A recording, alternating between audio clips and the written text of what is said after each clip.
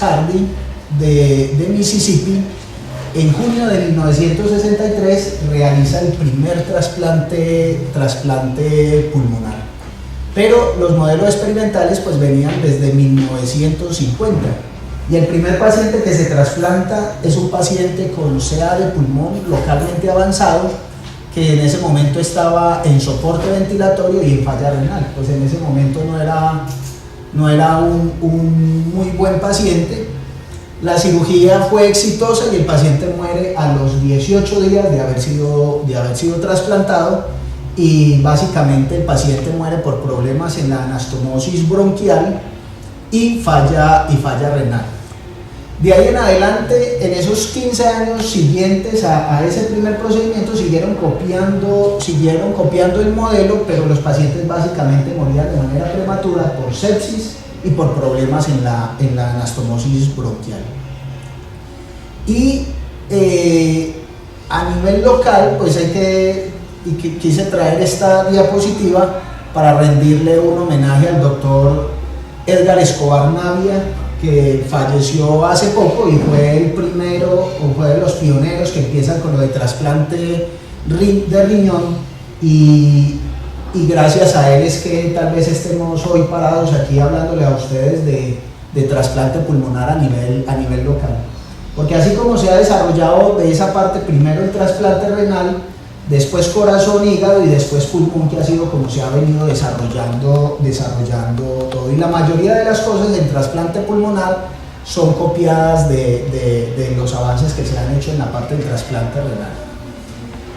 Fueron desde el 63 hasta el 85, pues el desarrollo del trasplante pulmonar pues estuvo más bien quieto, pero a nivel en la década de los 70, en la necesidad de buscar un antibiótico con propiedades antimicóticas, se descubrió que la ciclosporina impactaba y servía para la inmunosupresión en los trasplantes de órgano sólido en ese momento, y eso es lo que le da el empuje y el desarrollo vertiginoso a todos los trasplantes de órgano sólido, y en especial a pulmón. A pulmón con los inhibidores de calcineurina es lo que mejoró la sobrevida en esos pacientes. Y esta es la forma como a través de los años se han venido multiplicando los centros de trasplante pulmonar. Y esta es la sociedad de trasplante de corazón y pulmón de la sociedad americana, y aquí es donde pueden llevar datos todos los sitios que estén adscritos a ellos y que quieran aportar con sus datos para la estadística que ellos tienen. Y también de esa misma manera se ha visto que a medida que crecen los servicios de trasplante pulmonar, también se ha venido desarrollando. Primero empiezan con unipulmonar y cada vez se trasplanta de manera más importante bipulmonar, o sea, trasplantan los dos pulmones. Para nosotros en Colombia, desde el año pasado se han aumentado también los grupos de trasplante pulmonar, y en Medellín, que son los pioneros de trasplante pulmonar en nuestro país, pues ellos llevan aproximadamente 18 a 20 años trasplantando pulmón. Y el año pasado pues han aparecido dos centros nuevos, que ha sido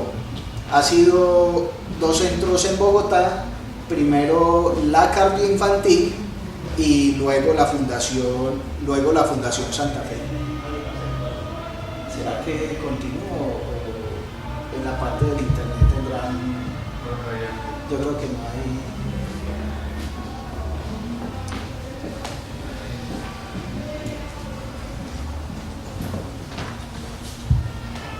Bueno, como les decía, en el país en el último año pues ya somos 4 centros. De esos centros pues uno muy activo desde hace 18 años, que es Medellín, y el año pasado pues 2 en Bogotá, la Fundación Cardioinfantil y la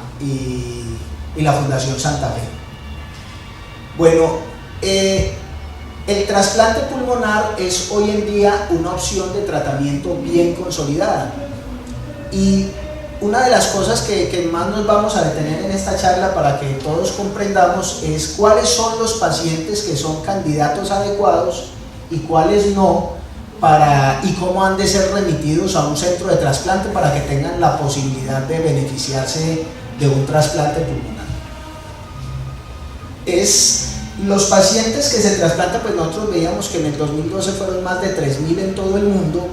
pero de todos los trasplantes es el que en mortalidad es el que está un poquito atrás de todos y es el que comparado con los otros pues tiene un impacto menor.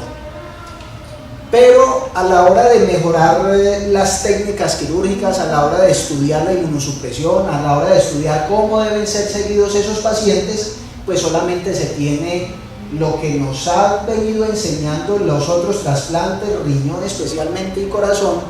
pero no existen estudios controlados para uno decir o tratar de mostrar una mejor evidencia. Todo se basa en la experiencia que tienen esos centros y, como les digo, en lo que nos han enseñado los otros trasplantes de órganos sólidos. Bueno, ¿cuál es la estructura de nuestro programa? Hay una valoración pretrasplante en donde un internista o un médico que tiene la oportunidad de manejar pacientes con enfermedad pulmonar avanzada identifica un paciente con unos criterios que les vamos a mostrar más adelante. Ese paciente debe ser remitido pues a un sitio donde exista el grupo de trasplante pulmonar, allí es recibido por el clínico o los clínicos especialistas en trasplante pulmonar, en donde ese grupo también está integrado por un cirujano de tórax. Ese paciente es evaluado en un protocolo pretrasplante en donde intervienen las especialidades de infectología, psiquiatría, endocrinología, de manera muy especial trabajo social, rehabilitación pulmonar, nutrición, anestesia, cardiología, patología, los pacientes de la unidad de cuidado intensivo y el coordinador de trasplante. Estos pacientes, cuando son remitidos a esta valoración pretrasplante, pues para este momento, o el paciente que remite, pues no debe de crear una expectativa de que va a ser trasplantado, sino simplemente que va a ser valorado por un grupo de enfermedad pulmonar avanzada, porque no todos los pacientes que llegan a ser valorados van a ser trasplantados y existe una responsabilidad muy grande a la hora de los pacientes, por decir de alguna manera, rechazar un paciente candidato a trasplante pulmonar. Esos pacientes, después de que se les realiza ese protocolo pretrasplante, que el protocolo pretrasplante básicamente es para buscar razones por las cuales el paciente no se beneficie de un trasplante pulmonar, en esa consulta también o en esa valoración también se puede mirar la manera de cómo optimizar esa enfermedad pulmonar avanzada que tenga ese paciente, porque uno de los requisitos es que ese paciente tenga un manejo óptimo dentro de su enfermedad pulmonar avanzada. Cuando esos pacientes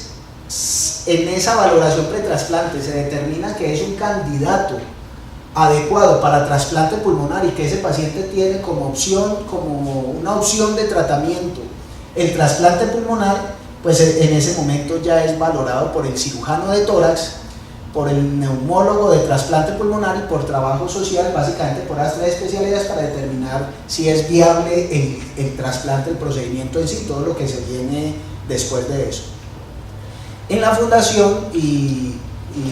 creo que en todos los centros hay reuniones semanales en donde se discute esos pacientes con enfermedad pulmonar avanzada, los que son candidatos a trasplante pulmonar, y se discute con el patólogo, se discute con el cirujano, se discute con los neumólogos, se discute con los médicos de UCI cuáles son los pacientes que deben entrar a lista activa o cuáles pacientes deben de salir de la lista activa. Y en el post-trasplante pues es muy importante el manejo de UCI, que es allí donde el paciente pues invariablemente tiene que salir a su recuperación, y después del alta debe ser un seguimiento estrecho por el neumólogo de trasplante, rehabilitación pulmonar. Esos pacientes deben ser vistos de manera periódica, casi que semanalmente los primeros meses, y ya después se pueden hacer visitas quincenal y cada mes en la medida en que vaya progresando el posoperatorio. Estos pacientes van a requerir una llamada semanal, y hay centros donde Hay dos monitoreos básicos, y es el monitoreo del BEF1 y el monitoreo de los niveles de tacrolimus, que son dos aspectos fundamentales a la hora de seguir estos pacientes. Y sobre la educación de cuándo deben consultar estos pacientes. Estos pacientes hay que cuando se trasplantan deben de permanecer en el mismo sitio o en la misma ciudad donde fueron trasplantados por todas las complicaciones post-trasplantes que vienen. Y estos son como los datos básicos que deben de tener esos pacientes a la hora de ser remitidos a un grupo de trasplante pulmonar, pues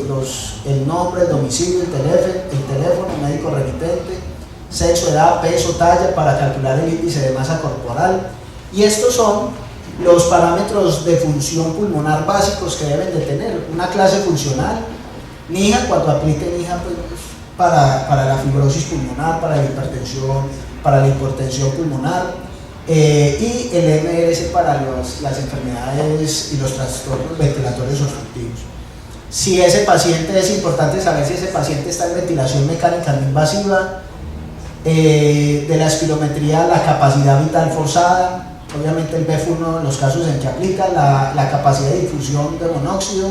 los gases arteriales y los antecedentes que deben de estar bien consignados, la alergia, si hay tabaquismo activo, la hipertensión, la diabetes mellitus, en general es todas estas comorbilidades que estén bien controladas o el grado de dificultad que se tenga en su control, el antecedente de tuberculosis, el antecedente de cirugía torácica y los paraclínicos básicos como la glucosa, la creatinina, el BUN, las pruebas de función hepática, el hemograma, el grupo sanguíneo, el PTT y el antígeno de superficie, pues para mirar su estado infeccioso. Bueno, quise empezar por las contraindicaciones para el trasplante pulmonar, porque como les dije anteriormente, a veces un paciente puede ir muy ilusionado a una consulta pretrasplante pensando y todo, pues con todo lo que eso genere, pero entonces debemos ser muy aterrizados al principio antes de mandar a un paciente de eso, cuáles pacientes se benefician o no, y por eso es que he querido mostrarles primero cuáles son las contraindicaciones para el trasplante pulmonar y cuáles son las contraindicaciones absolutas. El único cáncer, y eso que tiene que estar controlado, es el cáncer de piel, escamoso vasocelular, es el único cáncer que no contraindica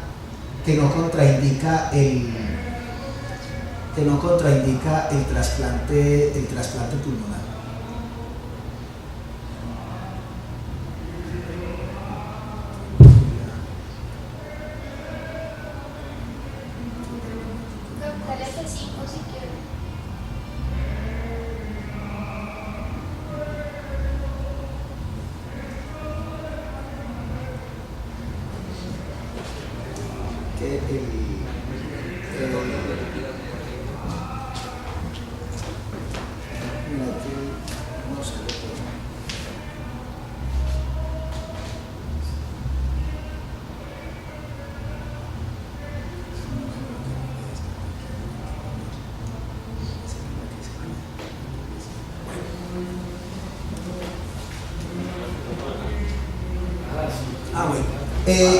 Las contraindicaciones absolutas, bueno, infección por VIH, que esto hoy en día puede estarse convirtiendo en una contraindicación relativa por la forma como ha evolucionado la terapia y hay pacientes muy bien controlados que podrían ser candidatos para esto. La hepatitis B y C con evidencia histológica de daño significante, tabaquismo activo o reciente, abuso de alcohol o drogas, enfermedad psiquiátrica mayor que interfiera pues con la adherencia y con las recomendaciones médicas estrechas que se deben de seguir, evidencia con el cumplimiento con el cuidado médico y falta de red de soporte social confiable. Estos pacientes no pueden ser pacientes solos y casi que cuando uno está identificando cuál es el paciente que va a ser receptor para un trasplante pulmonar, en esa consulta pretrasplante se debe identificar cuál es el cuidador y debe tener un cuidador que esté comprometido para acompañar a ese paciente de trasplante pulmonar. Y las indicaciones relativas pues es la edad mayor de 65 años. Esto la pongo relativa porque pues este es el límite de edad, pero uno puede tener pacientes con una edad cronológica y una edad fisiológica diferente, y es cuando uno ve, por ejemplo, pacientes de 70 a 35 años que son muy vitales, con una enfermedad pulmonar avanzada, que por sus condiciones tenga una expectativa de vida pues mayor de 5 años. Los pacientes podrían ser candidatos, y en ese caso debe de tenerse en cuenta. Pero esto es muy importante, porque si uno tiene un paciente con una enfermedad, con un EPOC severo y tiene 65 años, ese paciente, si está muy limitado o si tiene comorbilidades importantes, pues tal vez no tolere un trasplante. Pero si es una paciente, fuera de eso, hay patologías en donde se debe de trasplantar bipulmonar, y el trasplante bipulmonar es una cirugía muy grande, es una gran cirugía con unas complicaciones importantes posoperatorias en algunos casos. Entonces se necesita que ese paciente tenga una buena reserva cardíaca para que resista una cirugía de esa envergadura. Que exista compromiso de otro órgano vital significante. Un paciente no debe de tener, o puede tener enfermedad renal o puede tener enfermedad hepática, pero para el caso del riñón especialmente, la cirugía y la inmunosupresión son dos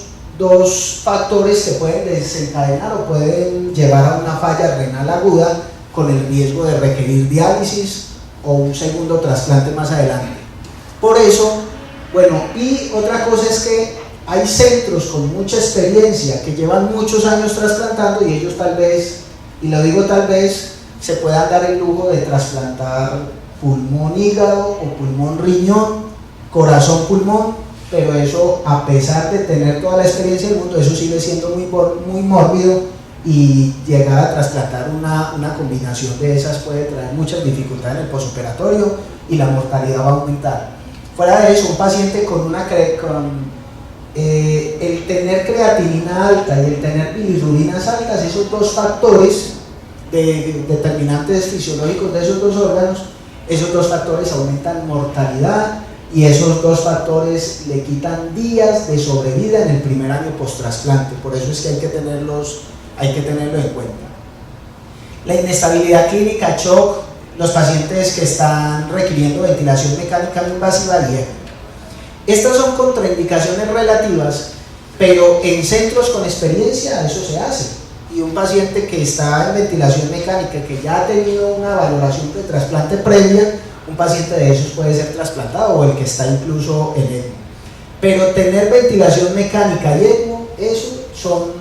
factores pronósticos de sobrevida en el primer año de trasplante, y en los programas que estamos empezando, pues nosotros no nos podemos dar el lujo de empezar con un paciente de esto, sino que tal vez más adelante, cuando mejore nuestra curva de aprendizaje. El estado funcional, esto es muy importante, y es que a la hora de nosotros remitir un paciente que nosotros pensemos que se beneficia de un posible trasplante pulmonar, hay una cosa fundamental, y es que ese paciente tiene que tener capacidad y tiene que tener una buena actitud para que tenga la posibilidad de rehabilitarse después del trasplante. El trasplante pulmonar es un trasplante que es muy exigente, y necesita mucho apoyo de parte del paciente en cuanto a rehabilitación, y la rehabilitación pulmonar debe ser antes, durante y después del trasplante pulmonar. Esos pacientes, la calidad de vida mejora, pero hay pacientes que por las complicaciones del procedimiento pueden requerir ventilación mecánica prolongada o pueden requerir traqueostomía, y esos pacientes se necesita una intervención de terapia de rehabilitación pulmonar muy importante. Tan esas que esos pacientes así estén intubados y con 4 tubos en 4 sondas de tórax en su caja torácica, los pacientes son pacientes que tienen que estar sentados y que tienen que estar tomando parte activa en la rehabilitación pulmonar. Es contraindicación relativa a la colonización con bacterias, micobacterias u hongos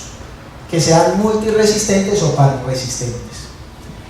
Esto Esto se pone como contraindicación relativa, pero como contraindicación absoluta para trasplantar en presencia de gérmenes es cuando hay Burkholderia y especialmente una cepa que se le ha denominado Genomovar 3. Cuando existe esa cepa en pacientes con fibrosis quística está contraindicado. O cuando hay micobacterias no tuberculosas, para el caso de la Mycobacterium abscessus, esos pacientes cuando se han trasplantado, estando colonizados por esas micobacterias, generan una sepsis severa asociada a ese microorganismo y los resultados que han dado han sido muy malos, entonces por eso es que se contraindica. Pero uno pensaría que un paciente con fibrosis quística que tiene un estafilococo meticilino resistente o que tiene una pseudomonas aeruginosa multiresistente, a pesar de tener esos gérmenes, a esos pacientes les sigue yendo bien. Entonces es muy, en ese sentido, pues hay que mirar de manera individual el germen y también la capacidad inmunológica del paciente. Si existe cirugía torácica previa, esto es más que todo las dificultades técnicas que tiene el cirujano a la hora de hacer el explante o a la hora de hacer el explante del pulmón nativo, pues eso puede quedar zonas cruentas y son pacientes que pueden tener complicaciones hemorrágicas, y si fuera de eso el paciente va a ser llevado o va a ser puesto en bomba por alguna razón perioperatoria o va a requerir ECMO, pues esos pacientes van a tener complicaciones hemorrágicas más importantes. Y esto pues cuando ha existido o cuando ha habido cirugía de reducción de volumen, pues en algunos casos. La osteoporosis severa o sintomática, enfermedad neuromuscular progresiva, esto es más que todo por la capacidad o el riesgo que tienen esos pacientes de quedar en ventilación mecánica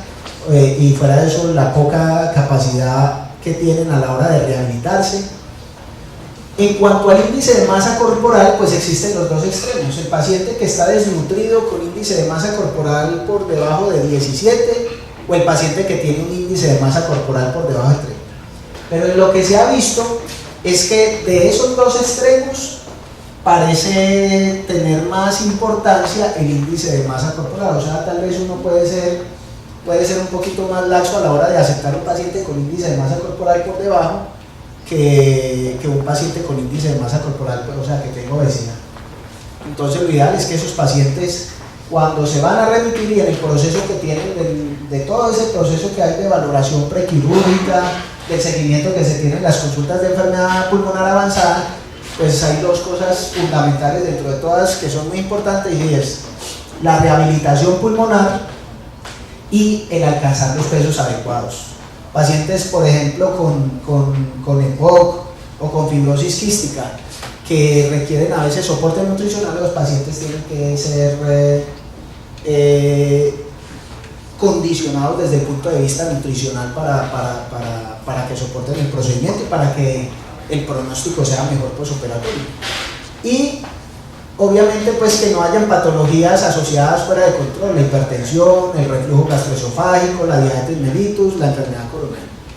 Estas tres son especialmente importantes porque nosotros sabemos que los inhibidores de calcineurina y especialmente la ciclosporina, pues esto eleva mucho la presión arterial y el tacrolimus. Y el reflujo gastroesofágico por la cirugía torácica, a veces por la manipulación que se hace del nervio vago, pues aparece una complicación que es relativamente frecuente y es la gastroparesia, y entonces el reflujo gastroesofágico puede empeorar. Otra cosa es que el tacrolimus también empeora esa gastroparesia y aparece el reflujo y empeora el reflujo gastroesofágico. Y el reflujo gastroesofágico es uno de los determinantes importantes de pronóstico en estos pacientes porque son una de las principales causas de disfunción crónica del injerto, de que aparezca la bronquiolitis obliterante o que aparezca pues esa otras alteraciones restrictivas secundarias de la disfunción crónica del injerto. Y la enfermedad coronaria pues es especialmente, y hay que tener mucho cuidado en los pacientes con fibrosis pulmonar, que es como el grupo de pacientes que en donde existe una asociación más frecuente entre enfermedad coronaria. Esta contraindicación es relativa porque si estos pacientes en la valoración prequirúrgica se encuentra que tienen una enfermedad coronaria que es tratable o revascularizable, estos pacientes se podría programar en la misma cirugía una revascularización. Las deformidades de la caja torácica, el tratamiento con esteroides sistémicos, y en este caso a la hora de nosotros remitir a un paciente, pues el punto de corte, o sea el número para decir este paciente hasta cuándo se tolera dosis de prednisona para irlo preparando para un trasplante pulmonar, para que no haya complicaciones infecciosas posoperatorias, entre otras, el límite es 20 miligramos, pero idealmente, o sea que cuando esas enfermedades en las que vienen con prednisona, por ejemplo las fibrosis pulmonares asociadas a enfermedad mixta, a enfermedades del tejido conectivo, o cuando por alguna razón un paciente con fibrosis pulmonar idiopática, que se ve pues con relativa frecuencia, que les estén dando esteroides, pues la dosis debe ser hasta 20 miligramos, tratar de bajar lo más que se pueda. Esta diapositiva, pues tomada de la página de la Sociedad Internacional de Trasplante de Corazón-Pulmón, pues nos muestra que a medida que van pasando los años, se trasplantan pacientes como de mayor edad, aunque las enfermedades que más se trasplantan son el EPOC y la fibrosis pulmonar. Entonces, y esas casi que son dos enfermedades de pacientes por encima de porque superan la década de los 50, de los 60. Entonces esos pacientes por eso es que arrastra tanto este dato, y es que son los pacientes que más se trasplantan. Y aquí también se muestra pues que a medida de los años, pues a medida que se han progresado todos esos centros de trasplante, pues cada vez se trasplantan pacientes pues de mayor edad. Pero aquí están también los grupos. Aquí vemos que los que menos de trasplantan pues son los pacientes pediátricos, y casi siempre cuando empiezan los desarrollos a desarrollarse los programas de trasplante pulmonar, pues empiezan con adultos. Aquí en Sudamérica creo que tal vez Brasil es el que más ventaja nos lleva a la hora de trasplantar población pediátrica. Bueno, ¿cuándo se debe remitir o cuándo debe pensar uno que un paciente con enfermedad pulmonar avanzada podría ser candidato para un trasplante pulmonar? Y es que cuando ese paciente que tiene una enfermedad crónica grave, que tenga una edad por la cual esté en un límite de edad de un grupo etario que se pueda trasplantar, y que presente deterioro clínico, pero presentando deterioro clínico en presencia de un manejo óptimo para su enfermedad. Y algo que es fundamental, y es que uno pueda determinar cuál es la mortalidad de ese paciente al año o a los 2 años. El hecho por el tipo de cirugía, por el tipo de paciente que se trasplanta, el solo hecho de llevarlo a un trasplante pulmonar, y fuera de eso, si se está empezando con un programa nuevo, pues la mortalidad de solo llevarlo a un trasplante pulmonar puede ser hasta el 30%. O sea, la mortalidad es solo acostarlo ahí en la mesa de cirugía. Y por eso es que, y fuera de eso, cuando se trasplanta un paciente hoy día, con todos los avances que se tienen, solamente, no sé si sea correcto decirlo así, pero casi que le podríamos estar garantizando a ese paciente una sobrevida del 50% a 5 años. Por eso es que la mortalidad a 1 a 2 años debe de superar ese 50%, o sea, que el beneficio de la cirugía sea mayor al riesgo que se tiene de la operación, y fuera de eso de lo que se le puede garantizar hoy en día con todos los avances que tiene. Porque hay una cosa muy especial con pulmón, y es que nosotros en este momento la mortalidad es del 50% a 5 años, y esa mortalidad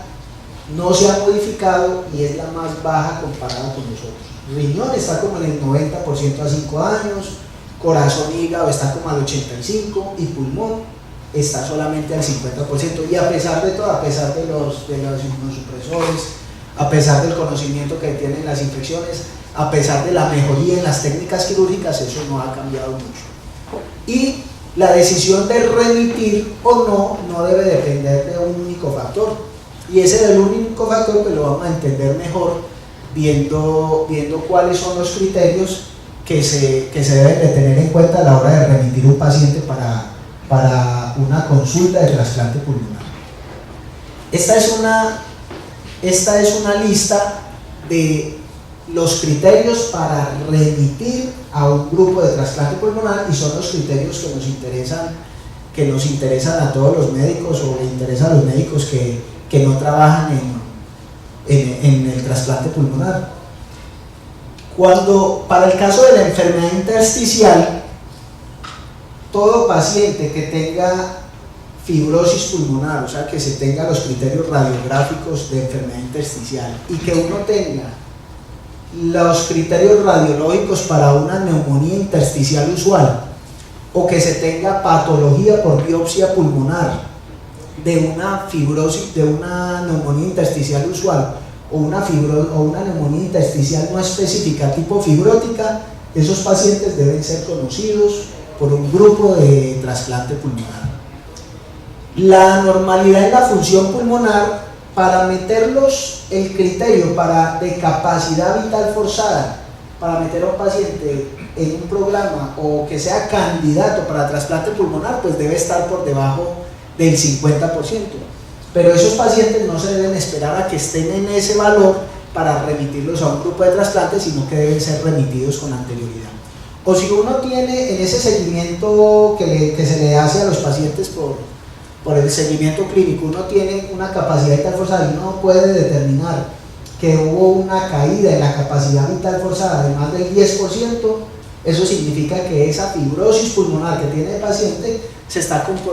comportando de una manera severa y eso es lo que determina mortalidad a 2 años. Esos pacientes con fibrosis pulmonar idiopática, con caída de la capacidad vital forzada de más del 10%, en 6 meses, esos pacientes son los que peor pronóstico tienen a 2 años y son los pacientes que tienen ese deterioro rápido. Cualquier grado de disnea, a la hora de considerar los candidatos de trasplante pulmonar, pues el grado de disnea es NIHA 3 o 4. Cualquier requerimiento de oxígeno, así sea solo durante el ejercicio, porque el criterio por caminata es que se desature por debajo del 88% con oxígeno. Ese es el criterio y eso es lo que se tiene en cuenta pues en los scores de severidad para la hora de remitir. Y esos pacientes que a pesar de todo el manejo no mejoren la disnea, esos pacientes deben ser remitidos a un grupo de enfermedad pulmonar avanzada. Para la fibrosis quística, pues son los pacientes que tengan un BF1 por debajo del 35%, que tengan una distancia caminada de menos de 400 metros, que desarrollen cualquier grado de hipertensión pulmonar. Si esos pacientes con fibrosis quística tienen hipertensión pulmonar, deben ser conocidos por un grupo de trasplante pulmonar, ya sea por eco o por cateterismo derecho, y que tengan historia de exacerbaciones frecuentes, o sea que tengan más de 4 ingresos hospitalarios en el último año, que tenga gérmenes multiresistentes con ingresos frecuentes, empeoramiento del estado nutricional, que tengan neumotoras o que tengan hemoptisis. Un paciente con neumotoras o hemoptisis, en ausencia de los otros factores, debe ser un paciente que se debe tener seguimiento muy estrecho por un grupo de trasplante pulmonar. Y no quiere decir que esos pacientes los tenga que seguir viendo el neumólogo o el grupo de trasplante pulmonar, no, esos pacientes deben ser desconocidos con ellos, que ese grupo sepa qué está pasando con ese paciente y ese paciente perfectamente puede ser, es más, debe de seguir siendo manejado por su neumólogo o por su internista de cabecera.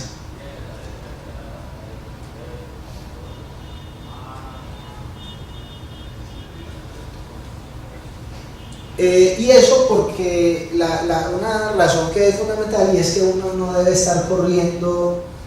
a hacer valoraciones pretrasplante o hacer protocolos pretrasplante en un paciente que lo tiene en la UCI o que está en condiciones muy malas, porque ese paciente ya en el momento su mortalidad es mucho más alta, y esos pacientes, si son candidatos estando muy enfermos, el pronóstico del primer año es malo. Pues tampoco está en los dos extremos, como todos, medicina, de no ir a trasplantar a un paciente de manera temprana, ni tampoco trasplantarlo cuando ya está muy mal y el éxito de la cirugía pueda ser menor. Y para el caso del EPOC, pues que haya empeoramiento de la calidad de vida después de la terapia máxima, y terapia máxima es broncodilatadores de acción prolongada, toda la terapia que haya que hacerle para evitar las exacerbaciones frecuentes, la rehabilitación pulmonar y la oxigenoterapia. Si a pesar de eso, de ese manejo óptimo,